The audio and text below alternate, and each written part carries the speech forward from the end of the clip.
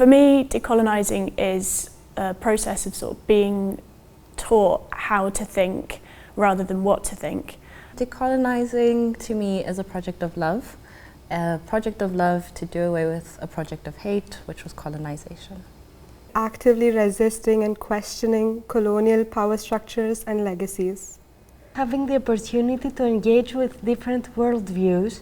Just acknowledging privilege, acknowledging harms that have been done. Not causing harm in the classroom. Adding richness to my teaching because of plural perspectives. Addressing power imbalances.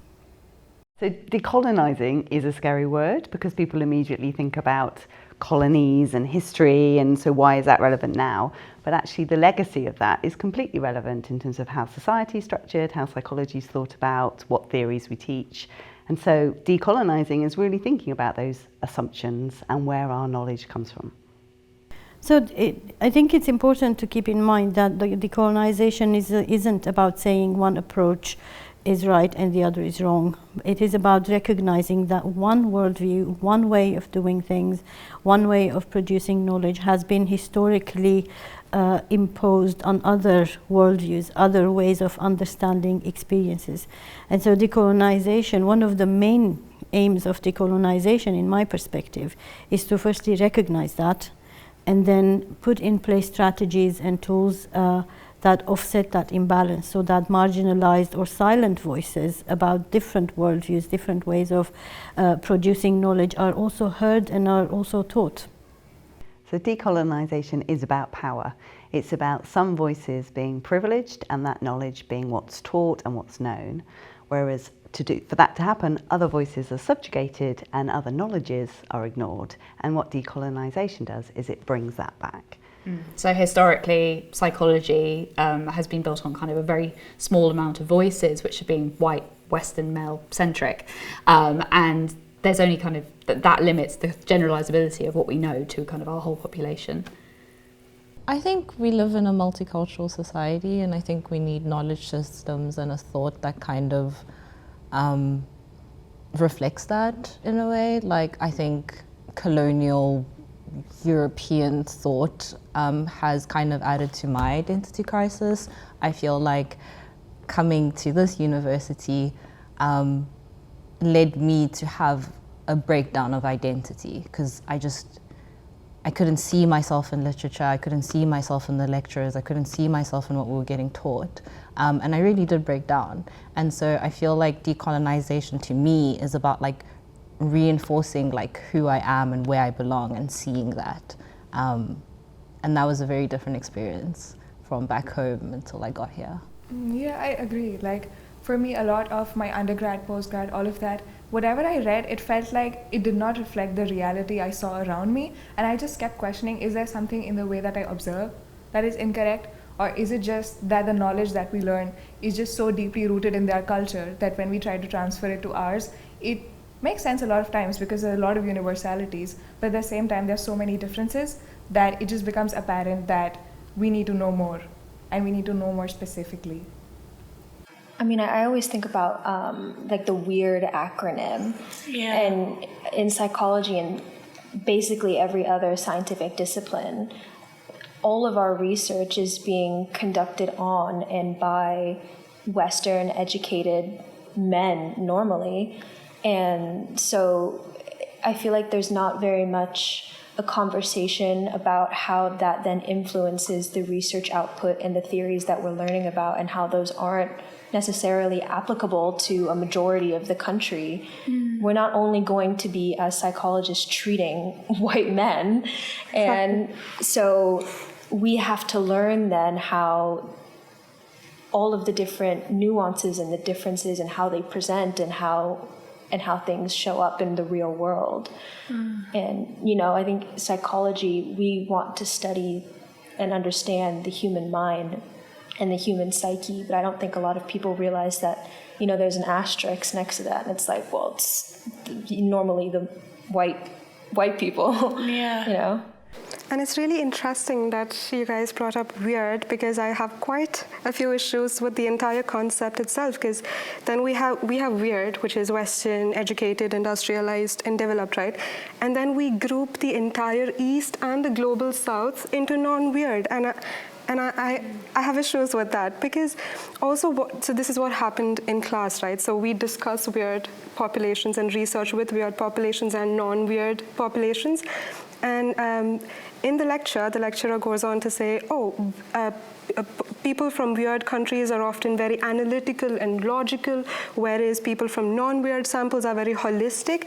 I understand the lecturer's heart was in the right place, and they were trying to get the point across that there's different ways of thinking. But at the same time, there were these false dichotomies that really got to me as a person who belongs to a non-weird population sitting in that classroom. And when they went on to say things like, weird populations are more analytical, whereas non-weird samples, they tend to rely on storytelling and, ethnographic studies. And for a second, I was like, this low-key feels like gatekeeping scientific, legitimate research from non-weird populations. I don't know. I feel like sometimes it's like we need to get back to basics. Like, we had a lecture and it was all these crime statistics, and every single statistic came from either Europe or America. And I remember asking my lecturer, in the lecture, I was just like, okay, what does crime look like everywhere else? What's the demographic everywhere else? Like, why are we only focusing on these places for this research? And the response was, they have the most extensive research coming out, and that's why, and I rebelled a little bit, after that, every single lecture when we'd look at specific statistics, I would on my own just Google, what's happening in India, what's happening in China, what's happening in Kenya. And I'm like, research is being done, you're just not looking, and being able to just hit back with that, where it's just, if you're gonna do a worldview, do a worldview. It's not America and it's not just Europe. I think it's just back to basics. I feel like we need to be able to critique that, start from things like that, small things like that. And I felt like a little one-man army in that classroom sometimes. No, I totally agree with you, because I had a similar experience in a module about history and systems of psychology, where the historical roots of psychology weren't reflected in the colonial places as well. Whereas later on, when I did my own research, I found a lot about philosophical thinking from other cultures as well, which were underrepresented in the lecture material. Yeah, it's not like the West is the center of knowledge. It's just we made it to be the center of knowledge, and then we just pretend like other cultures don't have as much to contribute, if not more, to this topic. Yeah. I agree. Although we can be pointed towards a reading list, and some on those reading lists might be from people from the global South, and you think okay, so there's some reading, but where was that up here in the rest of the lecture? Why is this just at the end? And as if it's an alternative. So why decolonising is important to psychology is an evolving thing. It looked very different 100 years ago, it'll look very different 100 years from now. So we need to talk about where our knowledge and ideas come from and what influences them. And one of the key things is that, people's kind of lived experience and those perspectives have traditionally not been counted as being valuable or important knowledge bases, whereas now we have a lot more kind of understanding about bringing together these different perspectives and having kind of this scientific research knowledge, but also bringing together that lived experience perspective, and that's really where we build a much more powerful knowledge base. So within the department, we have recognised in the research methods that that's actually a really good place to start in terms of decolonising, because it's where students learn to think about who they include in their samples, the kinds of research methods, the kinds of questions they ask, and all of these things, of course, are influenced by who was doing the asking. There was an undergrad, in South Africa it is a very big, decolonisation is on everyone's, major priority, the biggest thing that we're trying to tackle is to decolonize and to decolonize the curriculum. And we had this one task in undergrad where we had to like critically evaluate like psychological assessments, and I did the Beck's depression inventory. And one of the suggestions I spoke about was like translating it into like some of the South African languages. And it was so crazy to me that like I started looking into it and I was like, wait a minute, like some key words don't have the direct translation in these languages, things like depression. And it wasn't a language issue, it was just a like, oh, this is how culturally, like in different cultures, this is how mental illness is like named, experienced and understood. You know, there's no single word, you know, for it. But like, I was so grateful for the task, for the opportunity to like critique psychological knowledge and like to have the space to see those gaps and to hold space for like cultural nuance. And I feel like if people really want to decolonize, like let's have tasks like that. Let's not be afraid to critique. Do you know what I'm saying? Yeah, I agree, because I feel like a lot of times in a lot of my assignments, I felt like, you know, oh, I come from a poor country. I come from a country where caste is a big thing. I come from a country where religion is a big thing. And I felt like there were a lot of times that, you know, when I wrote assignments, I could see that the people who are looking at them from the staff side, they could appreciate that. And a lot of times I felt like they just could not appreciate the fact that that is what is on my mind, because that is just my reality for the past 21 years. That's what I see all around me. And, you know, the thing about psychology is there is no universal truth.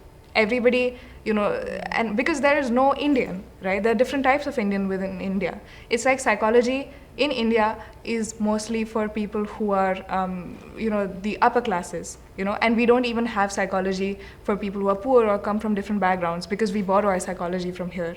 And I appreciated that in our curriculum here, we had a chance to critique that, but also to understand the fact that as a psychologists, we can have that sort of agenda based on where we come from, and we can care about things that are not always, you know, what we are taught in the classroom. And yeah, I felt like sometimes like, okay, this is what I care about because this is my reality, even though it's not what you want to see. You know. You can be the expert. Like our lived experiences should weigh just as much as like the textbooks. Exactly. You know? Almost always it's an afterthought.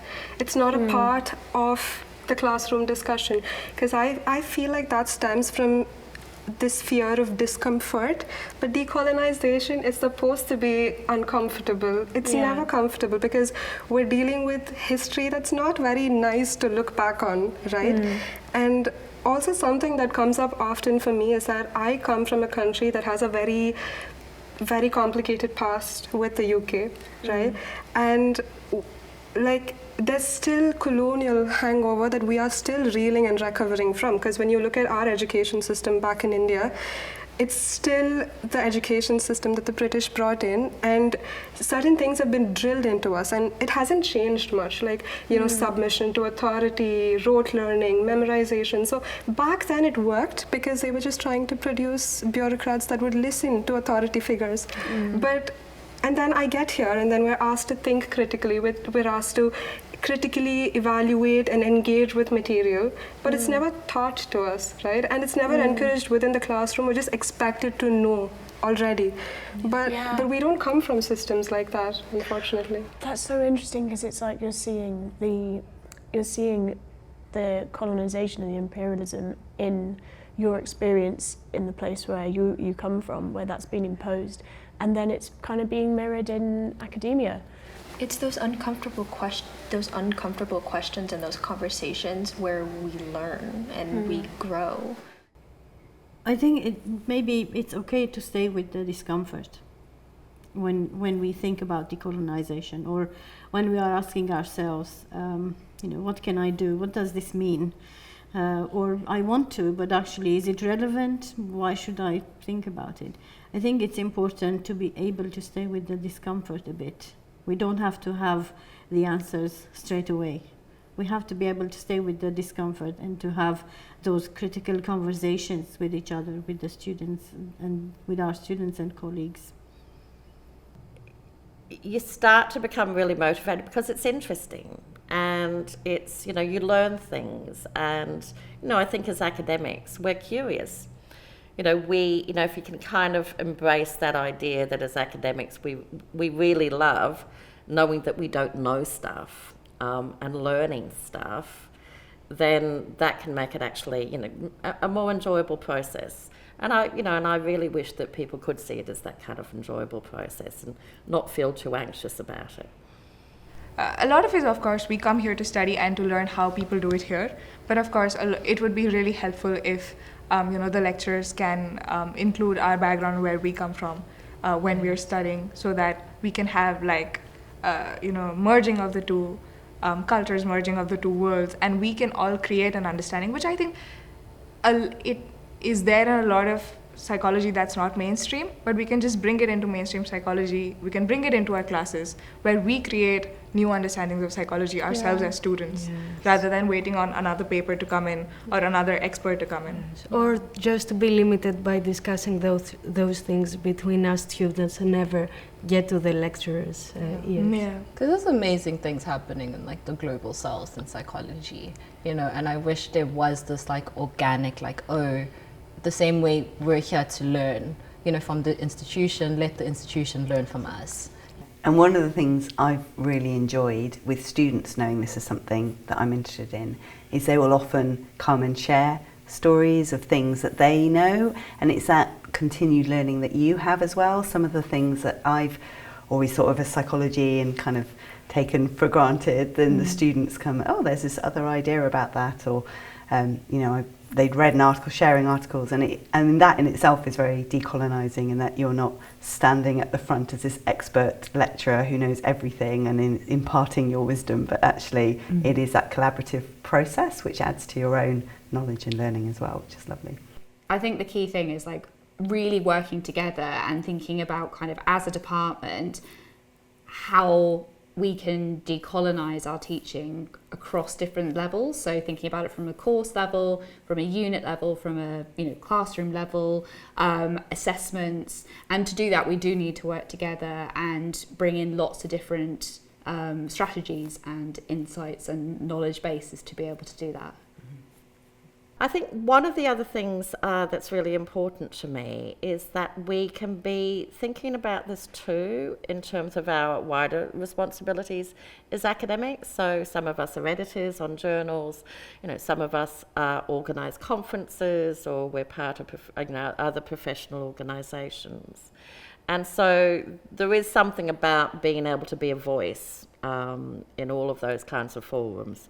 So, for instance, one of the biggest issues for researchers in other parts of the world is the ways in which they're denied access to journals, because their questions, their populations and so on aren't seen as being of interest to the readership of those journals. So I think just challenging some of those kinds of things is something we can all be doing. And I think it's even more important that we do this as psychology students, because I think Fanon talks about this in his book called Wretched of the Earth, where he talks about how sometimes psychologists, counselors, medical doctors, they become active enforcers of the oppressive system that exists, because at the end of the day, we do have that power to influence individuals. So I feel like we need to treat it with more responsibility. Our hope is that people in the Department of Psychology at Bath will be open to decolonising, because it does invite in different perspectives in terms of knowledge, in terms of students, and actually that's ultimately good for the student experience and the reputation of our department.